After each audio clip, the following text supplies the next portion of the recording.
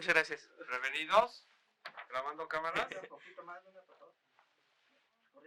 Marca. Hi, how are you doing today? Are you Good. enjoying Mexico City? Oh, I am. very much. I am. Yes. Love this And we place. love the audience here in Mexico City. Well, I'm so excited to be here. I admire everything you do and everything you do in Pixar and everywhere else.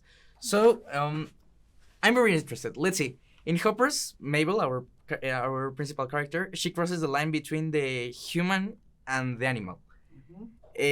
So, were you more interested in exploring a technological what if, or the emotional fantasy of being someone else? Huh. It's a good question. Yeah. I mean, I'm always chasing comedy. So to me, the comic premise of a human going into the animal world and finding out that the animal is really weird and kooky and hard to understand, full of contradictions, and yet full of wonderful personalities that you'll love. That to me was the way in. So I think I'm kind of skirting around your question, your very interesting question, but that is kind of my way in, and that was the wish fulfillment I wanted to see. I certainly know that the studio really loved the idea of the what if of like, what if you could hear animals speak, and what that is the wish fulfillment. So I think maybe we were aligned in some ways with those two things. All right. Oh, Alex, tell me. You said it before, but I would like to my audience hear it. You come from making a lot of TV, and your cartoon was my favorite during the pandemic. I was crazy about that cartoon. But now, as Mabel did, you made a big step from television to a Pixar blockbuster. So tell me, how do you feel, or what's in your head right now after doing this?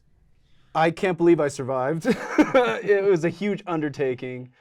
I will tell you one way that I think about the difference between making a TV show and a movie is a TV show, you're just making stuff constantly. It's like nonstop. It's like a nonstop production. You're just constantly making, and you can't even change things anymore. You make a decision and it's out of your hands. Making a movie, especially at Pixar, is existential. What I mean by that is you're remaking the same movie over and over and over again to the point where it's not quite human to really understand what you're making anymore, because you're so caught up in just making the same thing over and over again. Obviously, you have a lot of people around you and leadership that can also help you, give you some perspective. But it's existential because you're like, what? You start questioning the very basics of your movie just because you have too much time to question things. So I find like those are the things that were going through my head. But just to answer your question very simply, I feel very grateful for the opportunity to get to make a movie for a theater, get to hear audiences respond to it. Oh my goodness, that's like the best feeling. I love it.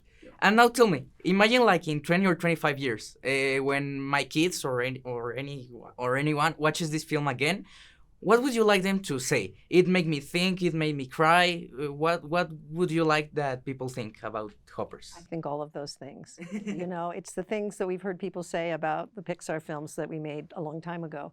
These are films that I think people are starting to tell me, defined their childhood, that defined, their understanding of the world. And I'm hoping that Hoppers fits into that. I think it does.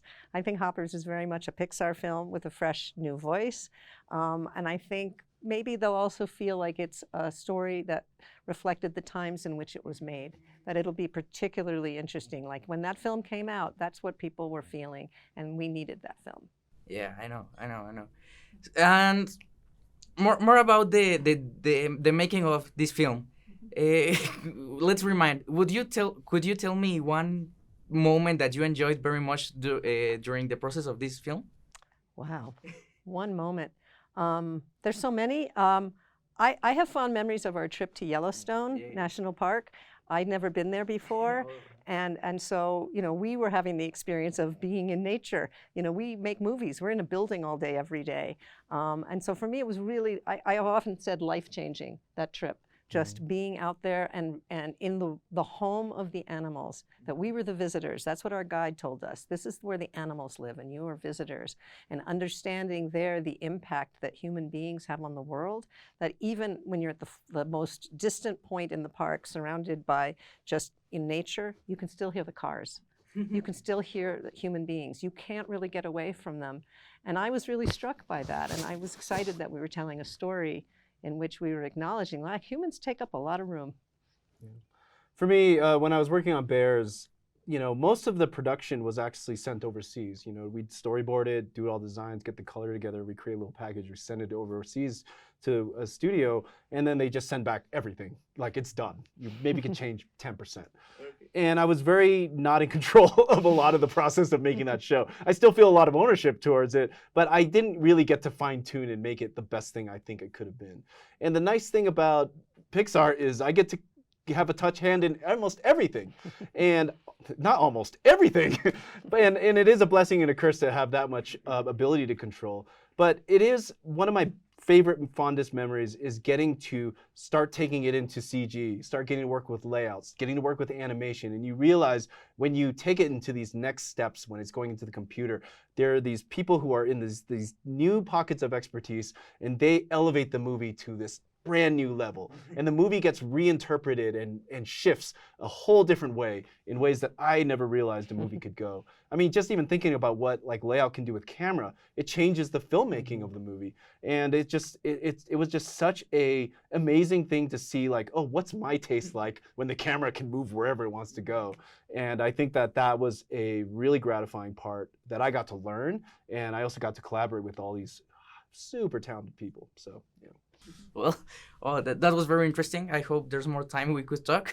But well, I want to do films. I want to dedicate my whole life for cinema. So Awesome. thank you for this moment. I appreciate it, and I will take it for a long time. Thank you very much. Awesome. You're Good luck to you. Yeah, Thank good you. luck. Yeah, man. Good luck. Thank you. Okay. Thank you. Try to have fun. Thanks. It's an important part of the process. Absolutely.